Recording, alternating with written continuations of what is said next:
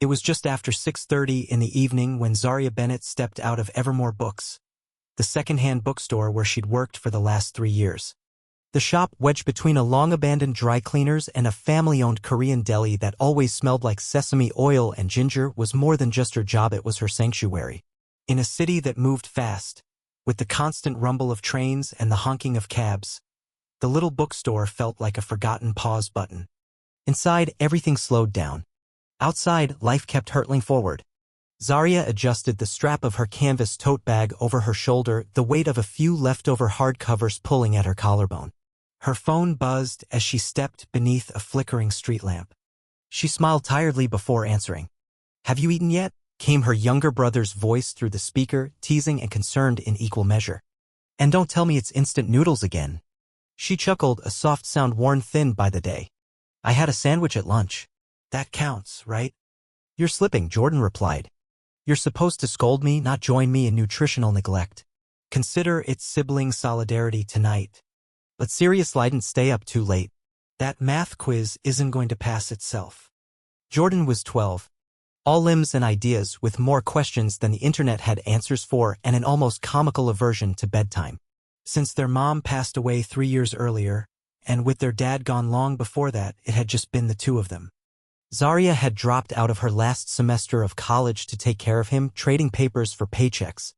She'd become his sister, his guardian, his cook, his tutor, and sometimes his entire world. "Hey," Jordan said quietly after a beat. "Don't take the shortcut through Jefferson tonight. It's getting late." Zaria paused at the corner, eyeing the route in question.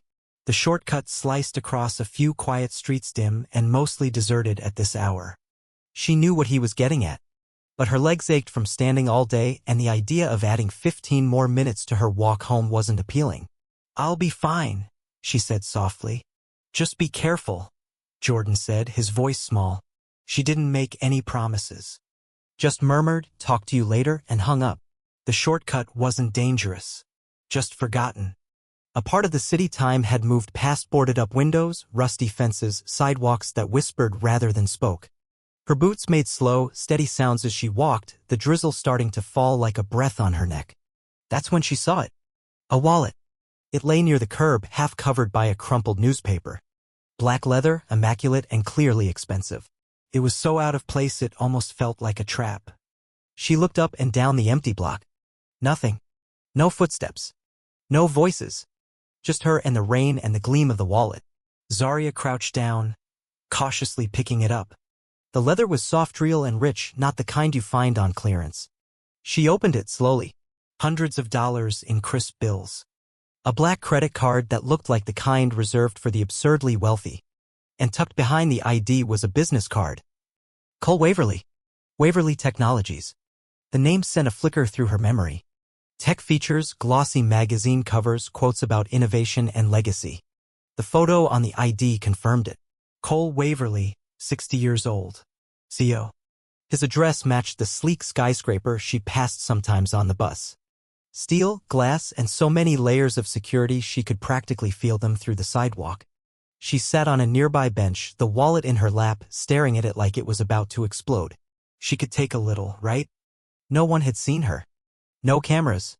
No witnesses. Just a tired black woman on an empty street clutching the chance for a little relief. Rent was overdue. Jordan's sneakers were too small. Her boots had a tear near the sole. $100 wouldn't even be missed. But that wasn't the point. Zaria pressed the wallet closed with a quiet, firm snap. "That's not who I am," she whispered, like saying it aloud would make it stick. She walked the rest of the way home faster. The wallet held tight in her hand, not a temptation anymore, but a choice already made. The next morning, the wallet sat on her kitchen table like a sleeping animal.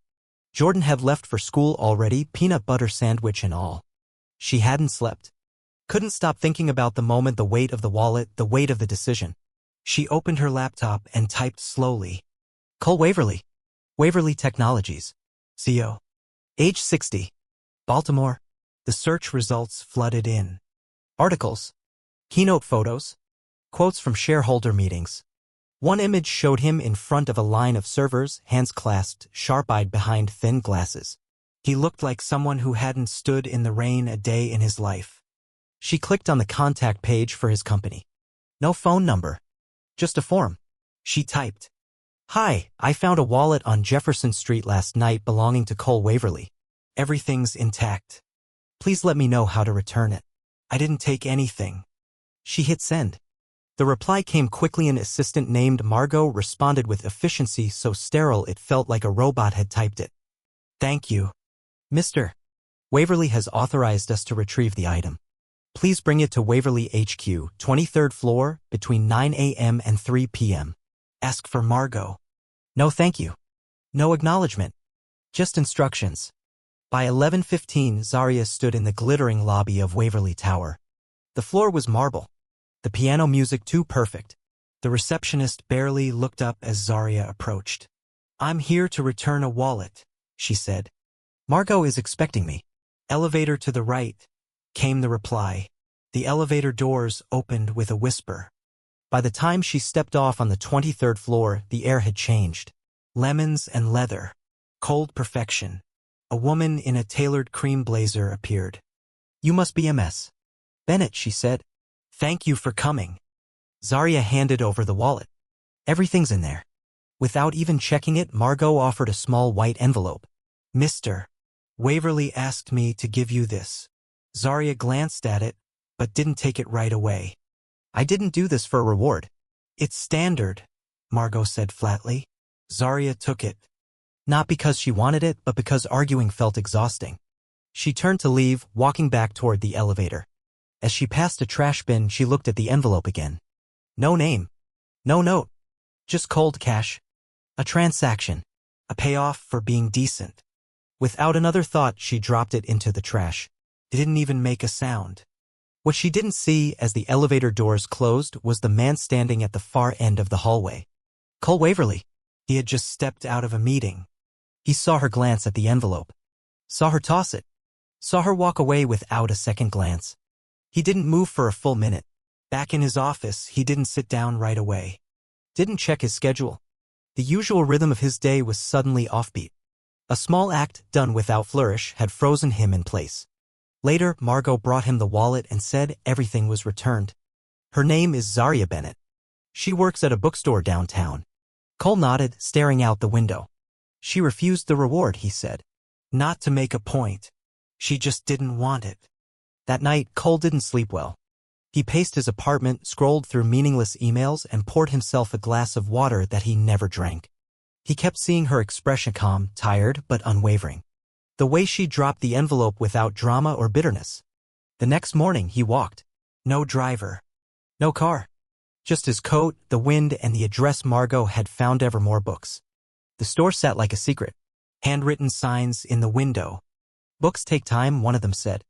He stepped inside and felt everything go still. Zarya was there, restocking a shelf. She didn't see him. He didn't speak. Not then. He came back again a few days later. Then again the week after.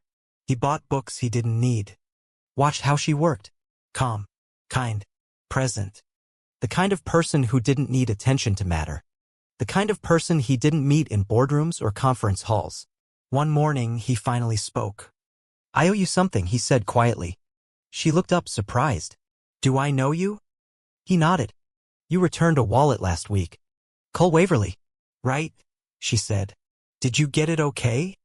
He smiled faintly. Intact. Including the envelope until the trash got it. She didn't apologize. Just said I didn't need it. I know, he replied. That's why I've been thinking about you every day since. They talked. For a while. Then he offered her a card. Just his name. No branding. If you ever need anything. Or want to talk. She took it. Didn't promise anything. Didn't need to. The next morning, he returned. Not with another thank you. With a proposal. What if we built something together, he asked. Something real. Something for people who do the right thing when no one's watching. She raised an eyebrow. Built what? He didn't pitch it like a businessman. He just talked. About funding reading corners in underfunded schools. About starting small grants for acts of quiet decency. About building dignity into the system. She named it Page Forward. Because doing the right thing doesn't end with applause. It continues. Page by page. 1 year later, Evermore Books hadn't changed on the outside. But inside, it had become a sanctuary for more than just second-hand novels. The page-forward nook buzzed quietly at the back letters on the walls, stories from strangers, kids curled up with books and cocoa. Zarya moved through it all like she always had, calm, grounded, steady. Cole stood near the poetry section, watching not with pride, but peace. "This was never mine to lead," he said once. And Zarya had smiled, just barely. "But you followed." Outside it rained. Not the kind that chased people away. The kind that made them linger, listen, and breathe. And the bookstore glowed on, proof that not all acts of goodness go unnoticed and not every reward comes in an envelope. Some show up later in places you never expect. Like a quiet bookstore on a tired street, or a girl who just said no and meant it. Because doing the right thing matters. Even when no one sees.